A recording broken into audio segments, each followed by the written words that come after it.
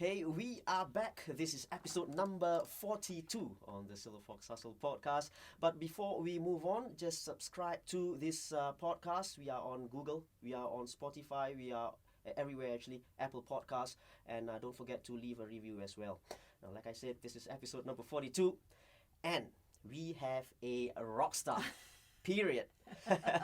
She is an accomplished athlete, content creator, media personality, and ambassador for some leading brands as well. And she is ambassador for Under Armour, sponsored by Under Armour. Brilliant.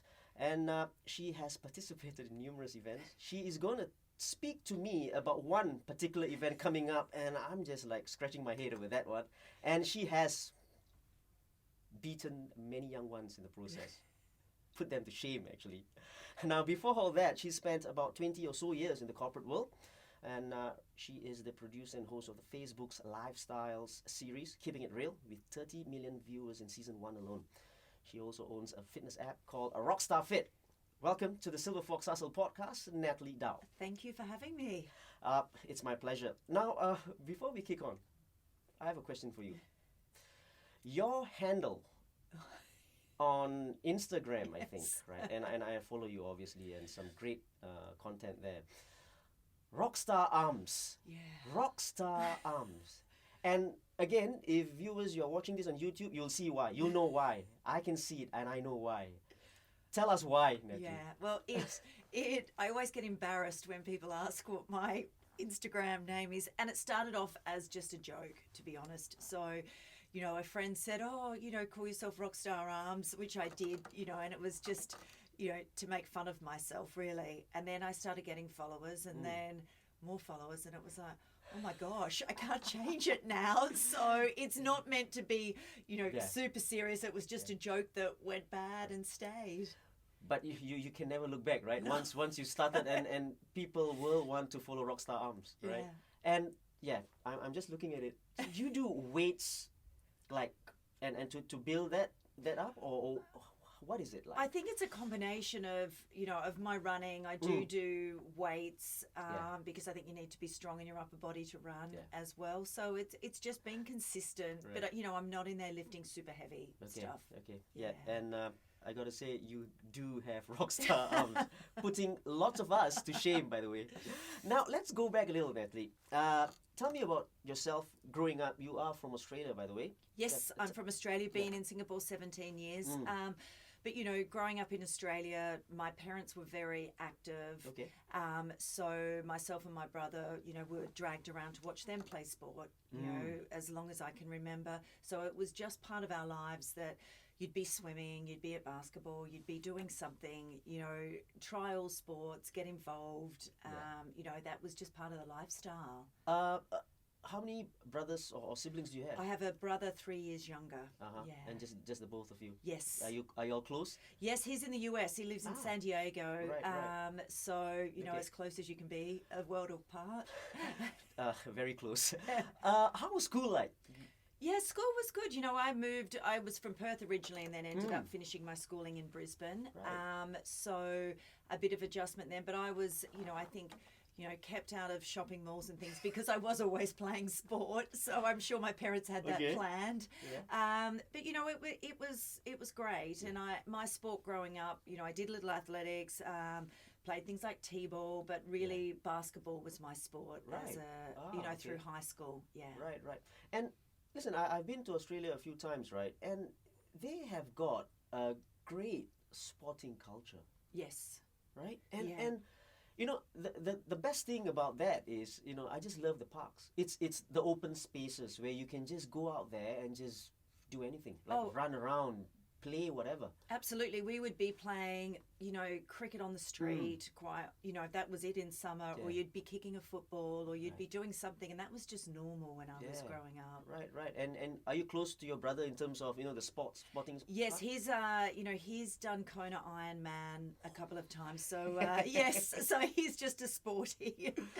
How about running? Did you actually do just the running, that part of it when you were much younger? No, I hated running when I was younger. I think, as everyone does, you know, you go to university and then you start working, you start having later nights and partying a bit. And running was something I could just get up and do or go to the gym. So I wasn't a great runner growing up. It wasn't my passion, but it became just part of my exercise routine. Yeah. It's funny you said that, right? Because I run a bit as well, and I used to hate running before when I was playing football, when I was playing in the league as well.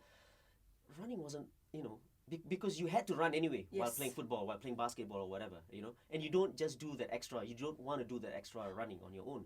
But it's funny that as you grow older, right, you start loving it in a strange kind of way, right? So true. And I think it's, I always say for me it's lazy exercise because you just put your shoes on and go. I don't have to drive somewhere. I don't have to think about booking a slot at the gym or doing anything. And it's a good escape and good downtime.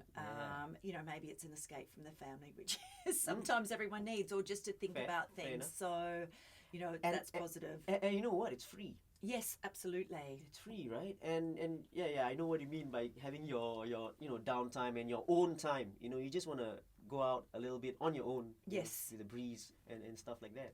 And you're talking about the parks, right? Back in Australia, I was, when I went up there with the kids and all, and then one day we were walking and they just saw a park, right? And they just went running and left us behind, and it's like they haven't seen a park before in their lives. It's that kind of thing in Australia. So that's a good thing. Now, growing up, you loving sports, basketball, and playing all those sports, has that helped you in a way as you grow older in terms of the values that you got from sport? Yeah, very much so. So my dad actually used to coach me in basketball quite a lot in a few of the teams.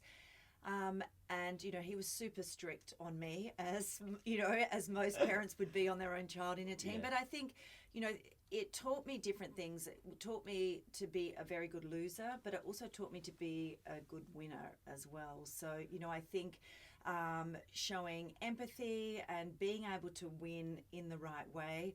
Obviously, basketball is a team sport, so working as a team. Not everything goes as planned all the time, but having to get the job done, you would know from football as well.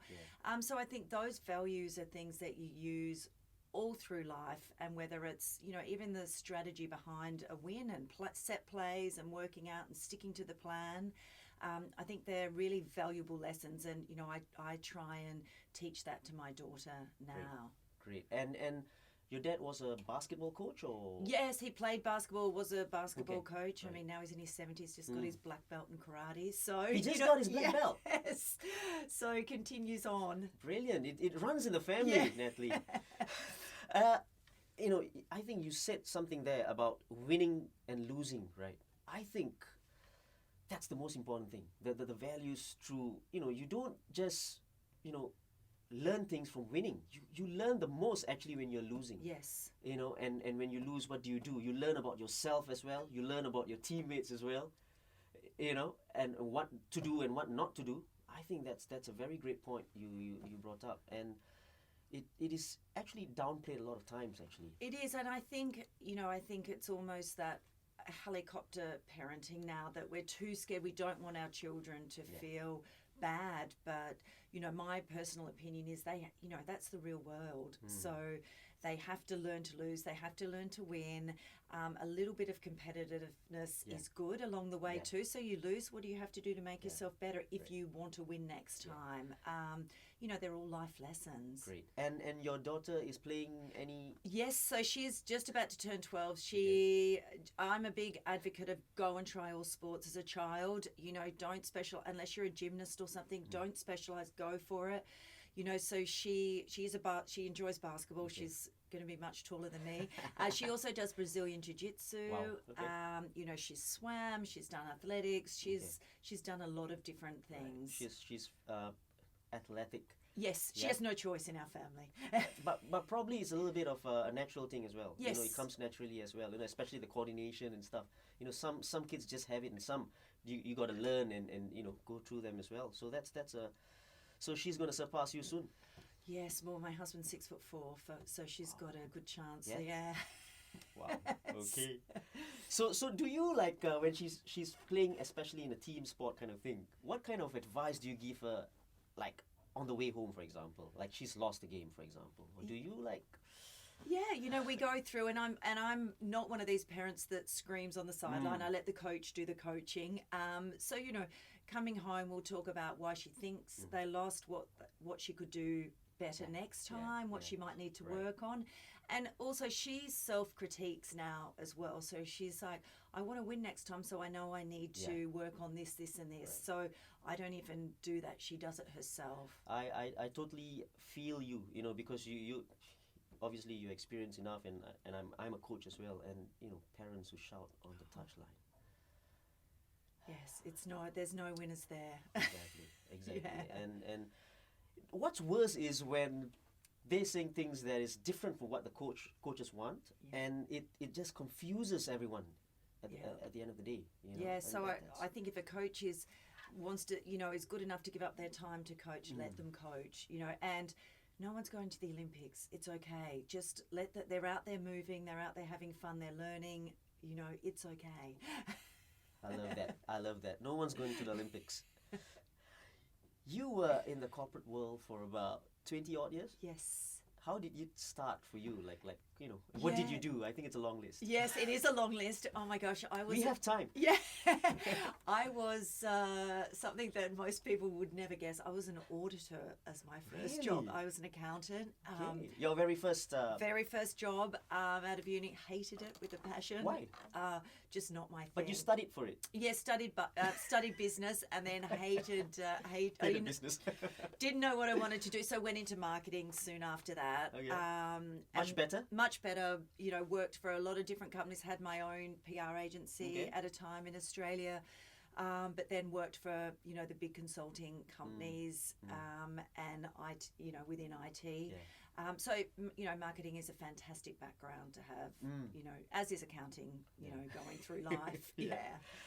You held pretty high positions as well, like Senior Director at Gartner News Services and Senior Director at Evernote, right? Yes. Did you find, or how did you find time for exercise? It must have been pretty hectic, busy, with work and stuff. Did you find time then to... Yeah, I did, and I was on a plane at least once a month off to the US or London or wherever. So I would be that crazy person getting up at 5 a.m. before meetings started, running in the city, bringing a protein bar to a meeting instead of eating those chocolate chip cookies. So I did find time because I needed that balance to keep me fresh. And if I was at home, then again it would be exercise before work, because then at least you've done something. Are you one of those people who feel guilty if you do not just do something every day? 100%. Yeah. I mean, is it an addiction? Maybe, but I think I feel better when I move, at least, and especially in the morning. For me, I'm a morning exerciser. Okay. So you can do that to actually just wake up to... Yes. Yeah? Wake up, roll out of bed, go. I put my clothes out every night before I go to bed. So, Really? Yeah, so I take the... It's just like school. Yeah, decision-making process is out of it. Roll out of bed, go into the bathroom, get changed, go. Yeah. So... No, I think it has become a routine. It's like a lifestyle. It is, there's no backing out, and that some people think that she's like, loco or something like that, but it's not. It is just an everyday thing. It is. It's a lifestyle choice. I think. I'm not up till midnight every night. Yeah. I'm in bed 9:30, 10 o'clock. That's early. Yeah, up at 5. Okay. So for me, that's what works, especially as I get older. I know my body and I know what sleep it needs. Yeah. So, yeah. Food-wise, do you do that as well? Yeah, I'm a pretty boring eater. I eat almost the same thing every day. Breakfast is my biggest meal, eggs, salad. I'll try and keep it healthy, but I'm like everyone else. I do like nice food too. So weekends is a bit more relaxed, and if there's something I want to eat, I eat it. Maybe I won't finish it, but I'll I'll have a bite of something. I think it's important that life goes on and you still got to treat yourself. Yeah. And is it okay to binge on, let's say, for example, you've done all the work, you've done real proper, of monitoring of your food and your, from Monday to Friday. Is it okay to binge on Saturday and Sundays? I always say cheat meal, not cheat weekend. So eat what you can at the table, go for it, but once you leave that table, it's over. Say that again for our listeners. Yeah. That is very important, actually. It's true. Yes, yeah. So go for it, cheat meal, but sit at the table. If you want to dedicate 3 hours to sit at the table, dedicate 3 hours to sit at the table. But once you're up, you're gone. Because once you do 2 days, it rolls into 3 days. It rolls into 4 days. So it needs to be controlled somewhat.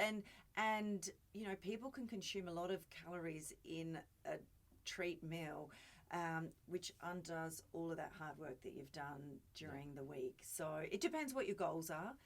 But I'm like, treat yourself, but there's parameters around it.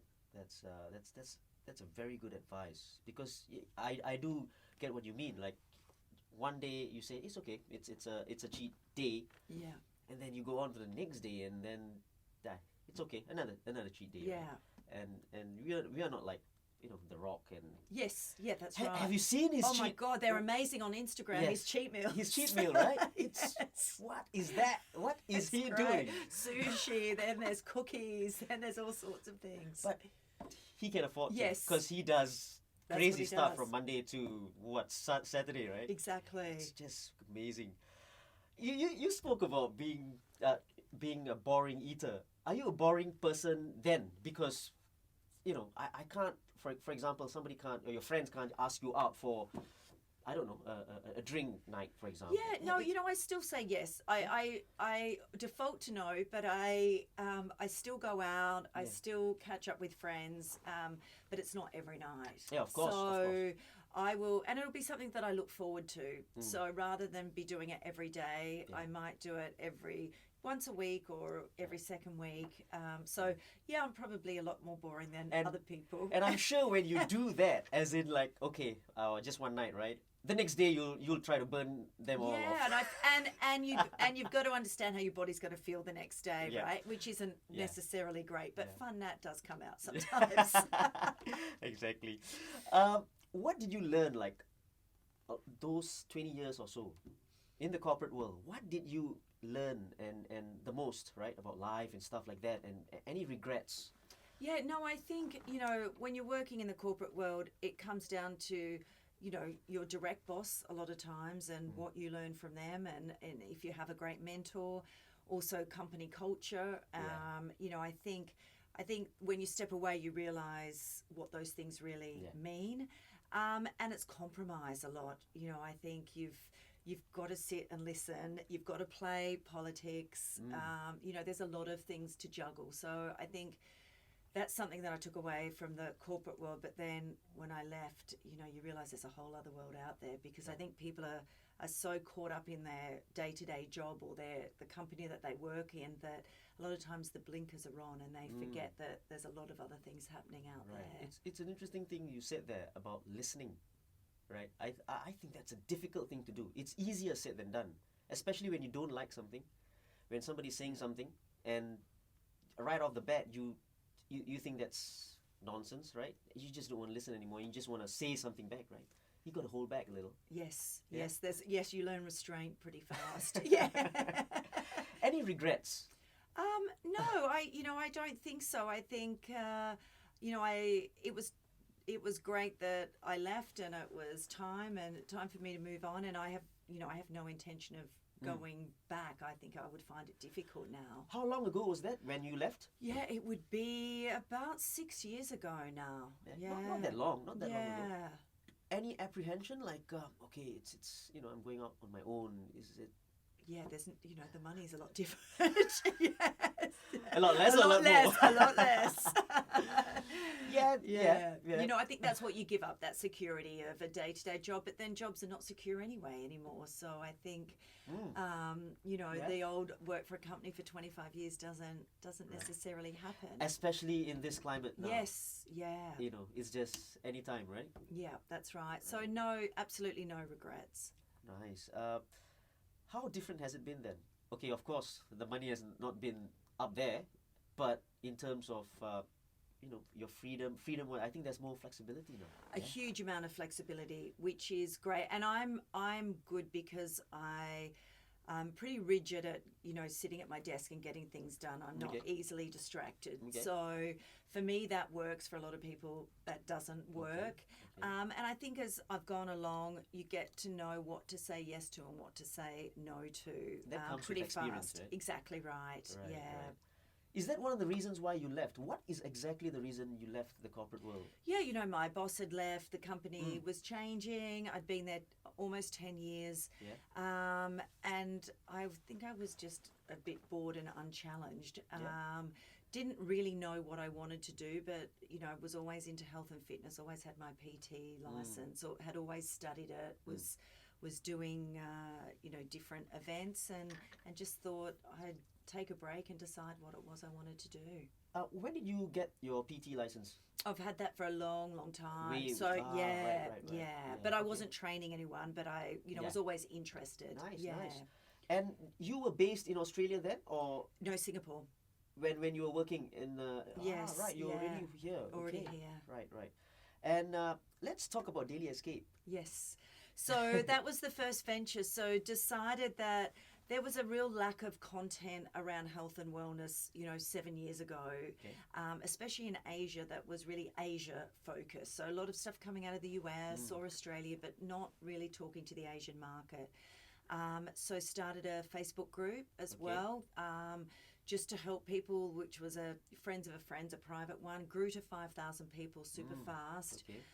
So decided that, maybe, it's time to build a website and share some of this content. So the site is still live, but really now it's just morphed into us providing syndicated content to corporates. We have a team of writers and, work with like Sports Singapore and Active SG on some of their content as well. So, it is really based on Asian health and fitness. Has it served its purpose of what you wanted it out when you started out? I think it has.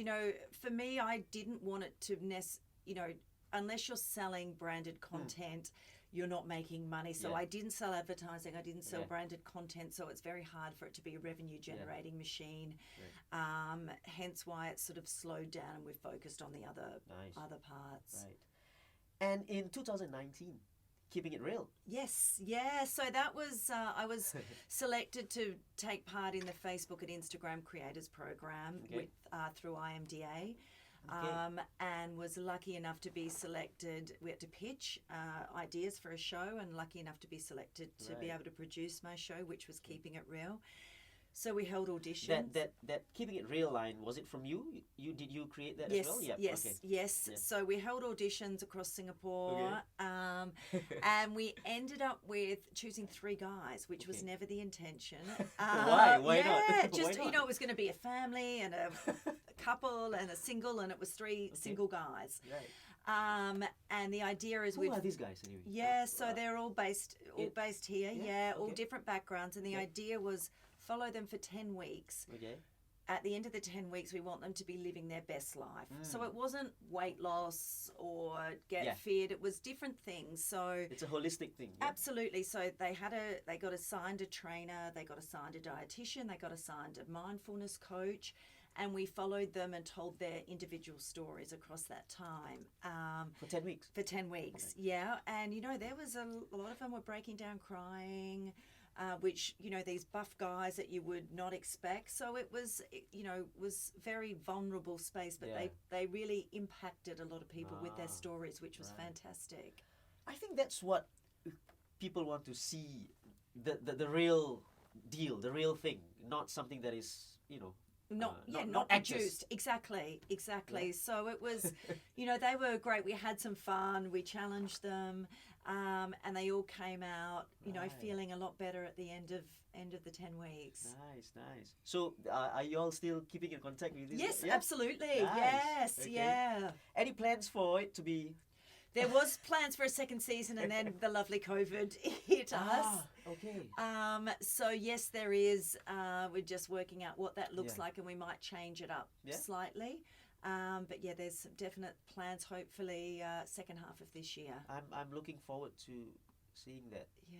That would be great. Yes. This is out. You can watch this. You can watch catch it this. on the Keeping It Real Facebook page. Facebook page. Yeah. Great. And how do you follow do you follow all of them in one episode?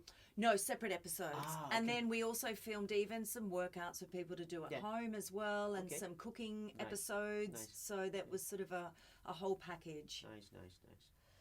Now let's get to Rockstar Fit App. You have a Fit, an app, right? And it's on Android and on iOS as well. Yes. And I have it as well.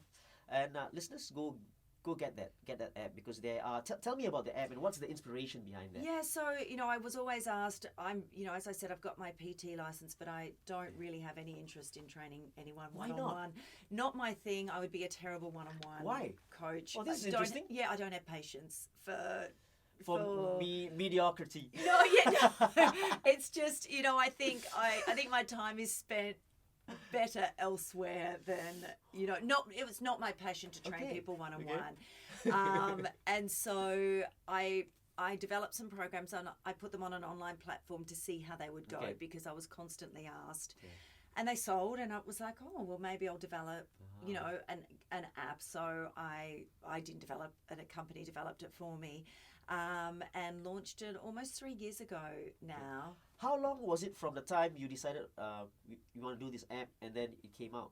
How? Yeah, it would have been at least a 6-month process and 2 different app development companies, because it's hard, I know. It's like, super where do you start? Yes. What do you want to put insert in every? It's in details. Right? Yeah, and my intention was, to get people moving. So the app is free to download.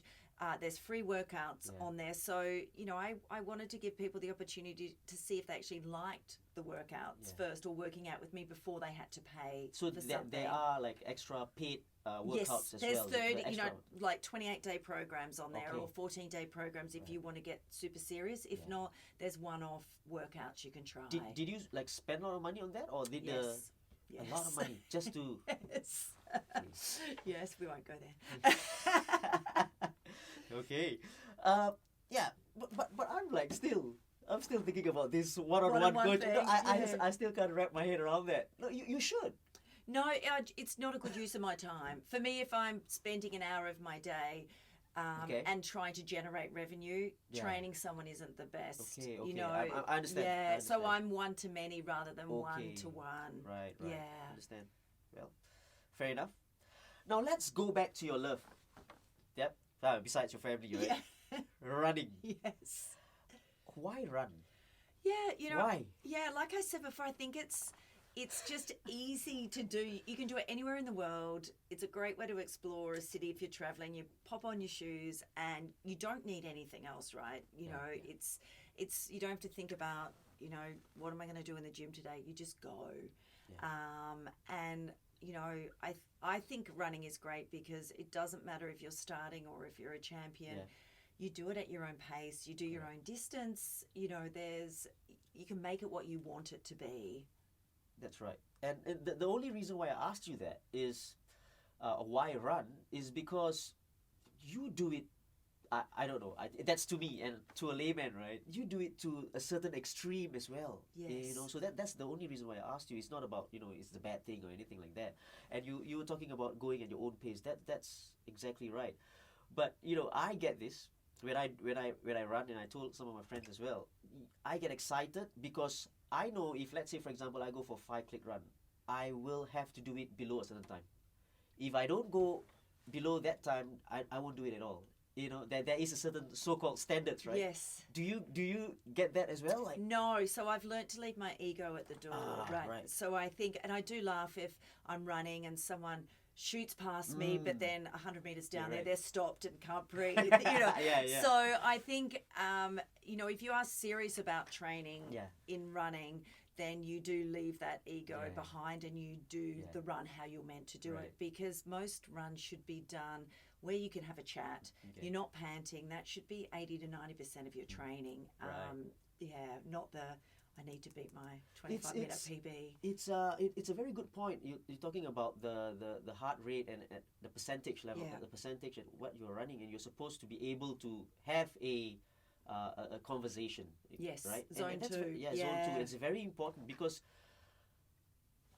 growing up when there's sports science wasn't around, and but having said that, sports science has been around actually for a very long time. But maybe in this part of the world or whatever, they seem to think that going full on, full throttle, all the time, every single day is the right thing.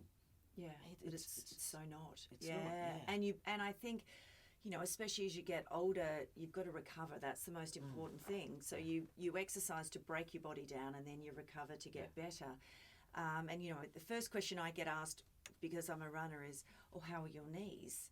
And it's like, touch wood, I've never had anything wrong with my knees because I train and recover properly.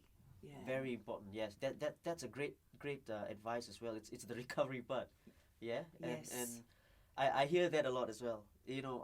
Enjoy your run till your knee goes, right? But why, right? Yeah, it doesn't have to go. It doesn't has to go. Yeah. Exactly. Now you suffered rheumatoid arthritis. Yes, I have rheumatoid arthritis And DVT. Yes, yeah. So the rheumatoid arthritis came first, and I still have it. So for me, when we're talking about cheat meals and things, sugar brings it on really badly, as does alcohol, and lack of sleep. Straight away.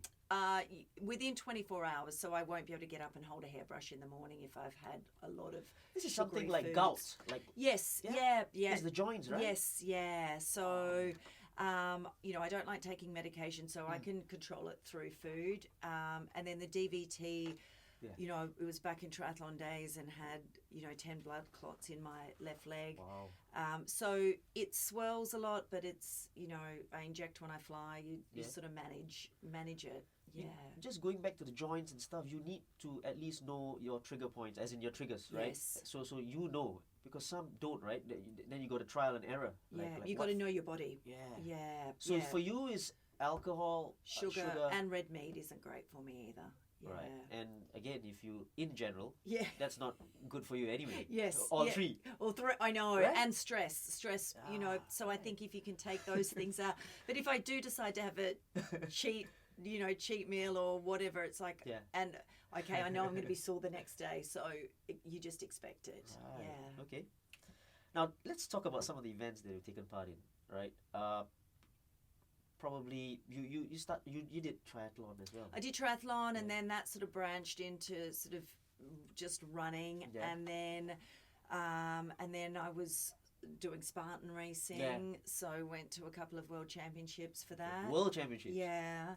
And then I always like putting myself in positions that are uncomfortable and things I haven't tried. So I went. You don't say. Yeah, I went from Spartan racing to doing masters track. Right. Never run track really before. Okay. So did that. What event?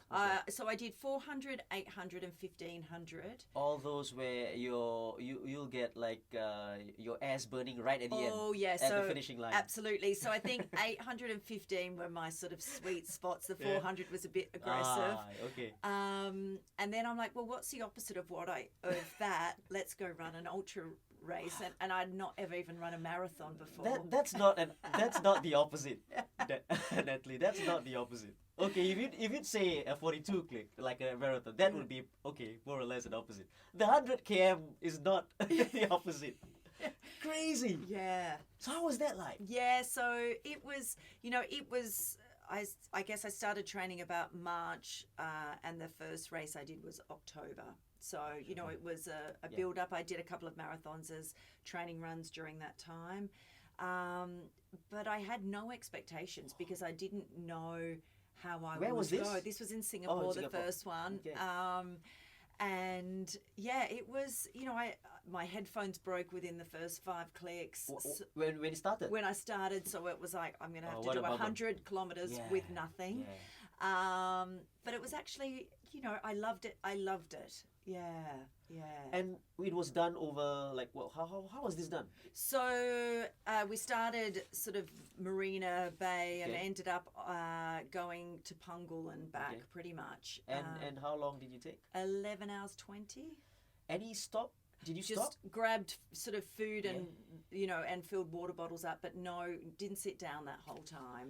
And what? Just an indication, right? What was the pace you were going at in terms of like? How many About minutes? 6-minute 40 pace. Well, that's Yeah. Yeah, so I sort of got to halfway and my husband was waiting because he was going to run like a 10K okay. loop with me. And he got there and he's like, oh, I thought we looked way worse than you did. And so off we went. And then he's like, you're doing well. You're coming second. And I'm like, oh, okay. I'm just happy to be finishing it. so at this this is time. this is an open Yeah, category. Open category. And then we were heading back to East Coast and I saw the guy that was in front of me. Okay. And I'm like, oh my God, like that's the person in front of me. What if I catch them? Do I run past them? Do I stop? Do I not? As in a guy. Yes, as in a guy. Right. And I'm like, I don't know what to do. I never thought I'd be in this position. I was just This is your first. my first one. And so I ended up passing him and held on to win it. What Yeah. age was this? This was 2019. Yeah, it's 2 years ago. Yeah. Wow. You came in first. Yeah. Yes. Wow. You are a superwoman, man. It's ridiculous. Absolutely brilliant. And the time you took to train as well, like from March to that's not a long time for Yeah. 100K. Yes. No, seriously. Yeah. I think you are natural at this. Yeah. In terms of the base, you got that wow. And I think people look at me because I don't look like an ultra runner because I'm not the stick skinny, Ah. So, I think people are a little bit shocked because, as much as I What? am fit, they're like, oh, you don't. How were the faces of those guys? Yeah, who were everyone's behind? shocked. Yeah, they're like, who are you? Across the line, and people are like, oh. Were they like foreigners as well? Is in terms of Yes, not it only was. It's open, right? Yes, open. Yeah. So Yeah. after that, how many races did you win? It was like easy peasy for you. No, It's 100 so cap. then I entered another one. So that was October 2019. Then I was in Kuching to do 100, which was in March, just before we locked down Okay, last that was year. last year. And so I did another 100 then, and so I came second overall and first woman in that one. Yeah, right. that was a much bigger field. That was great. And you were talking about not the average long distance runner, the stick thin and what. Has it got to do you think, with power as well? I think you need that power. You need power, but I think once you get, the saying is, anyone can do a marathon, but No. mentally after that point, Ah. it is a mental game. So yes, you have to have done the work and the training, but if you don't hydrate, if you don't eat, and if you don't have that mental toughness, you're not going to finish. Yeah. Well done. I'm sure you're going for more when things settle down in Yes. terms of and we're going to talk about that Yeah. soon, right? But just a little bit about long distance running as well. I only took part in one Stanchart 42 marathon. That was in my bucket list anyway. You wanted to do a 42, Yes. right? And before that, did a 21, a couple of 21s. 21 was not too bad, right? And then 42 came, right? It was my first, and it was going to be my last. At the end, at the finishing line, or not even at finishing line, as the last 10 click or so, I was struggling by then, right? Yeah. And you're right, it becomes all in the head, because if you haven't done that distance and then halfway through or 3/4 to go, it's all up here. There's nothing to do with your body goes sometimes, right? You hit a Yes. brick wall, and I had cramps in my body that I haven't felt before in my life, right? In weird places, and that end there, the last 5 click or so, you just struggled through. And I told myself, I did one, and some people can actually do this almost every single day, Yeah, and it becomes a. It is, and it is. I mean, I did 100 clicks last week for a birthday run. I saw that. Yeah, and Your birthday run. Yeah, I was questioning my life choices about halfway through running that awful Changi Road at 2 a.m. But yeah, it is, and it was just pure mental, you know. Yeah. And I think your mind gives up before your body does. True, Yeah. very true. Now, let's talk about the one that you're going to take part in very quickly, right? Tell us, the audience, how crazy you can get. Yeah, so it's an invite-only race. I think there's 30 of us, Chinese New Year next year, called the Hong Kong Four Trails. Yeah. So it's 300 kilometres, 14,500 metres of uphill climb, unassisted, and 72 hours cut off. Explain unassisted. Yeah, so the first trail's the Mackle-Hose backwards, and it's 100 kilometres. Okay. So you carry everything that you need. There's no nice little aid stations along the side. So what do you need to carry, by the way? A lot of water, Right. food. You know, it's Chinese New Year. It could be raining in Hong Kong because it's obviously a bit cooler. And then at the end of that trail, you can have someone meet you in a car and drive you the hour to the next trail, which is Wilson. So, you know, you've got to catch ferries along the way and MTRs. Yeah. And, you know, it's up to you if you want to sleep. But it's up to you. Yeah, it's up to you. That's right. But you do have a cutoff. Yes, 72 hours, which is, you know, that's why only like 15% of people finish it. And what is the total number of people who... 30. Only 30? Yeah. And you're one of the invited ones. Yeah. You know why, right? No, I still don't know. Because you're one of the best. And one of the, you know... He thinks I'm crazy enough maybe to do it. Maybe. That's it. No, that is great, you know. And listeners who are listening in as well as watching, right? Do not try this on your own if you haven't gotten a proper, you know... Yes. So I have a coach. Yeah. You know, I think... you should always be looking to improve and trust the experts. So, you know, I have a coach, we have a program, we're working towards that goal now. So you know, as much as I give out advice, I also follow advice from, you know, my trusted group. And you're very right? Because we can be teachers, coaches, PTs as well, but we are also learning as well. Absolutely. You know, and sometimes something happens, for example, while during a race or during a run, you feel something's not right. You learn as well, like, you know, what do I do to get over that one? So it's a very good point. And you spoke about the right preparation with the coach and all. You know, it is very important. You know, you can't just go there and, you know, do or start wanting to do a 42 click if you haven't done and I remember while training for the 42, it's like you're alone. Yes. It's a lonely process and it's a long process. It's not like you drive up to a place and you want to start running and then you got to think about that run 1 hour, 2 hours, 3 hours, and then you drive back home. It takes about 4, 5, 6 hours at a time, you know? I know. And you're alone all the time. Nobody's going to run with you. Nobody's going to train with you. No, and this Hong Kong race, you're not allowed to wear earphones, so there's no... Ah, really? Yeah, no poles to get up the hills and no earphones, so you are going to be in your mind for 72 hours. You see, that's why they called you. They need Superman, Superwoman, Batman, and everyone there. Absolutely brilliant. What's your secret at your age to be this strong, this fit? What's the secret? We spoke about being naturally fit in a way, but what is it beyond that? Yeah, I mean, I think it's most definitely the recovery that comes into it, but I think it's discipline as well. So, you know, knowing what it takes, you know, it's frustrating as you get older because, you know, things are harder to do or you don't recover or you don't go as fast. Okay. But I think you got to play to your strengths. And for me, it's not about going that fast 10K anymore. It's about running longer because that's what my body can do. So find what works for your body, look after it, you know, nourish it well, recover, and then go and do it again. But don't give up. There's, you know, no excuses. You said there just now, right? Go at your own pace and because knowing your body and well. But you can't go at your own pace and win the 100 km.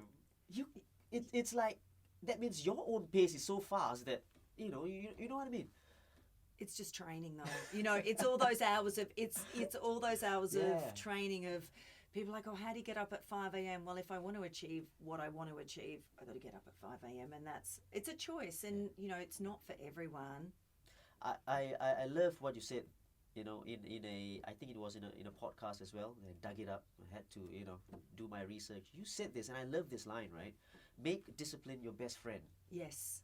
Yeah, it has to be, and it is discipline equals freedom, which is a Jocko Willich thing, you know, because if you're disciplined, you don't need to make those decisions. You just do it. You know, there's all those memes that everyone posts, but memes don't get you out of bed at 5 a.m. No excuses. No excuses, class. Now let's move on a little bit from running, right? You once said Singapore is one of the best places to be living in during this pandemic. And again, did a little bit of research, right? Did a little bit of reading. And you wrote this as well. I think you wrote this last year, somewhere around March or something. And, you spoke about living in Singapore and being safe in terms of safety and what the government is doing in terms of the pandemic and stuff. Do you still think so? 100%. Yeah. You know, I got my vaccination last Sunday. Super excited. The second one? First one. So first it pays one, to be old sometimes and over 45. Right. Absolutely. You know, I think, it's frustrating for everyone. You know, we all want to travel. We all don't want to wear masks, but you do it because it's the right thing to do as a community. And I think, people, as I said, I've been here 17 years and the community has come together to look after each other. I really do believe it, far better than a lot of other countries. And I think that's paying dividends because we're all doing things and things are pretty much, semi-normal out there compared to a lot of places, and we feel safe. Right. But we're all very careful still. But, I think they've done an amazing job. Yeah.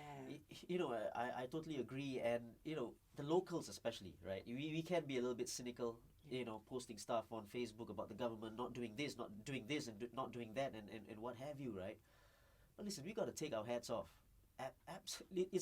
Where else can you be right now and feel safe? It's almost back to normal. I don't want to say normal. Yes. Almost, because you have to be safe as well, with the mask and on. And it's quite safe here. Yeah, and I think what's happened here is the narrative in the media has been very good. It's not scaring people like other countries. We don't lock down because there's a community case and everyone's, scared and schools close, which happens in Australia, unfortunately, and just happen. Yeah. Things are managed well. Processes and systems are in place, so it doesn't impact the greater population. Yeah.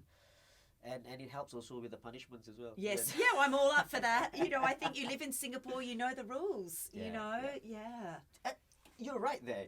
Because when people talk about rules and what have you, if you don't wanna follow the ruls, then get out. Absolutely. That kind of thing. Yeah, absolutely. I'm a big advocate of that, and that's why I stay. It's safe. I think what the boundaries are, and you live here because it's safe and clean. And it's a great place, but if you don't if you don't like it, that's okay. You've got a choice to go as well. Yeah, you're very right. Great. It's time for some quick fire questions, right? Okay. And I think you'll do fine. It's simple questions, by the way, right? And simple as sometimes not so simple. It's very simple. Anyway, I just wanted to ask you, right? So in your normal daily runs, you don't have anything on? Sometimes I do. I'm a big podcast or audio book. I don't run with music, but podcast or audio. Right. Oh, I'm the opposite. I can't run with a podcast. I can't have like content. Someone tell you. Because you got to think. Yes. Like this guy is saying something that I'd rather listen to music, right? Oh, okay, fair enough. First up, right? Your favorite music, kind of music. I like 80s and 90s, but I also like hip hop. Right. Yeah. Okay, just give me an example of a singer or whatever. Yeah, I think oh my gosh. Anything Jay-Z does is great. Right. Yeah. Okay, cool. Favorite local food which is unhealthy? Kaya toast, 100%. Kaya toast? Yeah. From Toast Box? From yes. Yakun? Yeah, 100%. Yeah. But let me guess, you have that only once a month. Yeah, I don't have it very often, but I do love it. Yeah. It is good, really. Favorite local food which is healthy? Yong Tau Fu, maybe. Okay, yes. cool. Yeah. Nice, I like that as well. The most difficult event you have participated in? I did an event last year which was called a Backyard Ultra here in Singapore. There was 15 of us, and it was 6.7 kilometre loops, the same loop, every hour on the hour. So if you finished it in 50 minutes, you got 10 minutes rest. If you finished it in 59, you got 1 minute rest, and it was last person standing. So there was no end until the last person was standing. No end. No, 6.7 clicks. and then until the last person dropped. Yeah.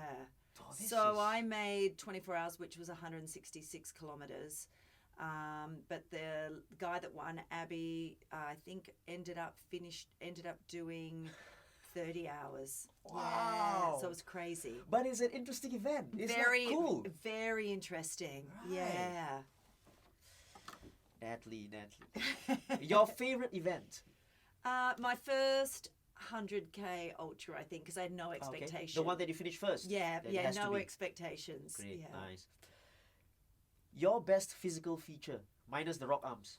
Minus the arms. Minus the rock arms. I'm going to say back. Your back. Yeah. Yeah? Yeah. Why? I think I can tone it quite fast, so I feel like it's strong as well. By doing weights or yeah, pull-ups.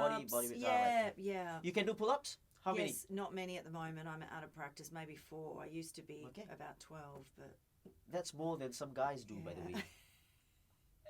Some guys I know. Your least favorite physical feature?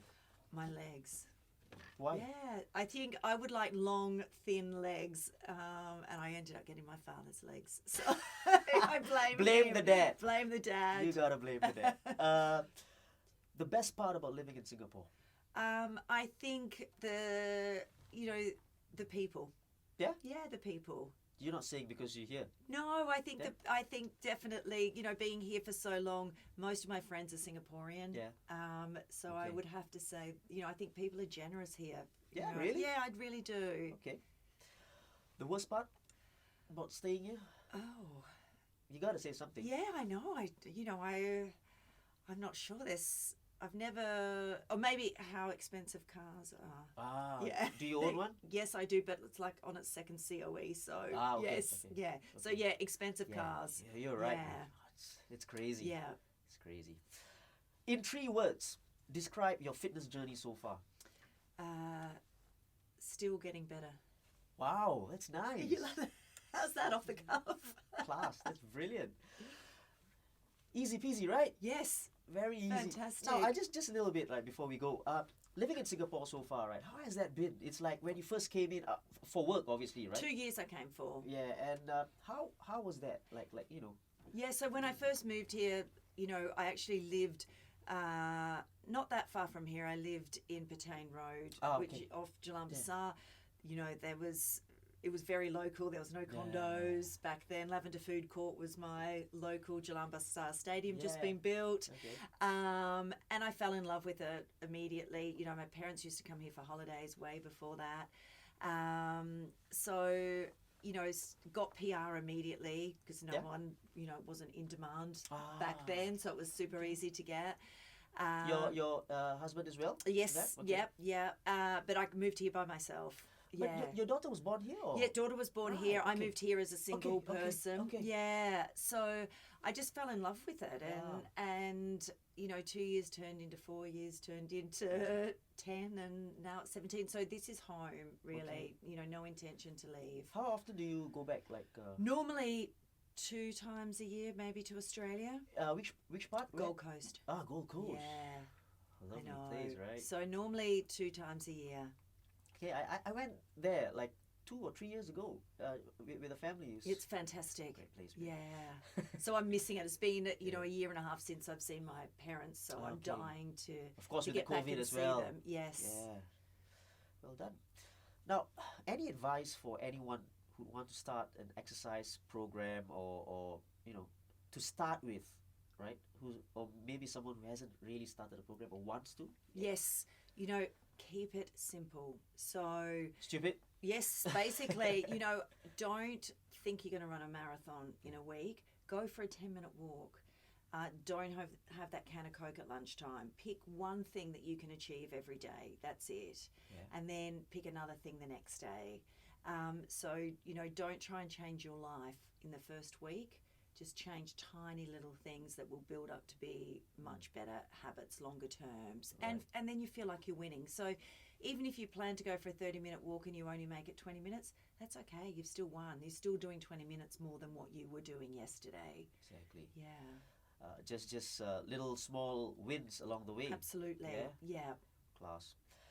Where do you go from here? In 5 years, 10 years, where do you see yourself? Yeah, I think I'm working on some exciting projects. I'm Yeah. about to sort of branch into China, Yeah. and do some things at the moment. So I would like to write more programs, like to reach more people. Working with a lot of interesting brands, and trying to take a stake in some Yeah. of those. So I think more around health and fitness management. I Right. think, but I think there's a lot of the world that still Right. has a lot to achieve. It's not Nice. it's not an industry that's fading away. Great. Natalie Dau, thank you so much for being here. Thank you for having me. You've been an absolute inspiration with the stuff that you've been doing with the. You forgot about one advice for this exercise program. Oh, Download download the my app. app. Exactly. With the app that you've done and with the things that you have done as well. I've been reading up on you as well, doing the charity and what have you. You've been an inspiration, and you're gonna inspire people on this podcast as well. With the running bits and stuff like that. And if you can do it, like with all the you talk about your rheumatoid arthritis and stuff like that, and the discipline. I think that's the most important thing, isn't it? Yes, At the end of it the day. is. And just learn to love what you do. Exactly. Not every day is going to be great, Yeah. but at least a third of the time you'll enjoy what you're doing. Exactly. Yeah. This has been episode number 42 with Natalie Dau, and at the end of the podcast, please click on the follow, subscribe button, leave a review as well. We are on YouTube. If YouTube is on your thing, you want to see Natalie, expressions, you rather see that than the podcast, go YouTube it as well. And in the meantime, while waiting for episode number 43, the hustle beats talent when talent doesn't hustle. Cheers.